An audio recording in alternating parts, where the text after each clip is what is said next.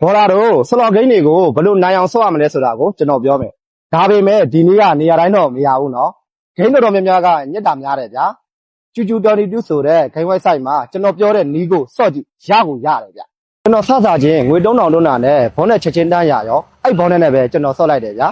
ကျွန်တော်ကကြေးနေနေနဲ့စဆော့လိုက်တာအချိန်30လဲပြည့်ရောစက္ကရာကြောက်ပြီးမဝင်ရရောဒါပေမဲ့ဂိမ်းတွေကိုတနေရာထဲမှာအမြဲမဆော့နဲ့เนาะဂိမ်းလေးတွေကိုနေရာပြောင်းပြီးဆော့ပြီးရကိုရတယ်ဗျ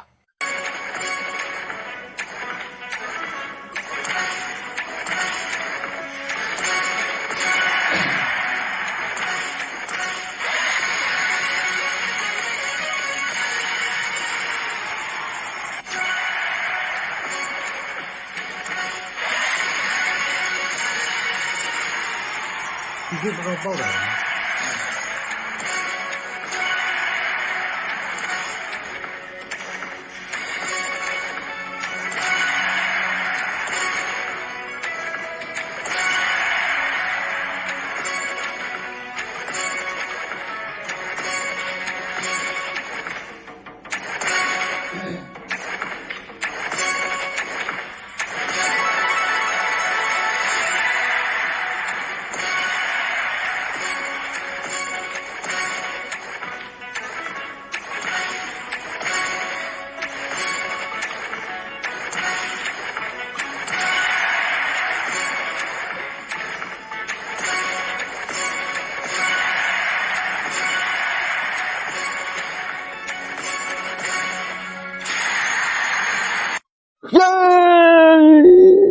ကျူကျူတော်တီတူးဆိုတဲ့ဂိမ်းဝက်ဆိုက်မှာကျွန်တော်ဆို9000ထည့်လိုက်တယ်ဗျ9000လောက်ရတယ်အဲ့လောက်ဆိုလေးဘစ် TV လေ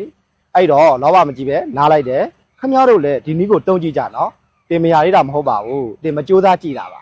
ကျူကျူတော်တီတူးဆိုတဲ့ဂိမ်းဝက်ဆိုက်က share ပေးနေတာမလို့အခုပဲတိထုတ်ကြည့်လိုက်တော့နော်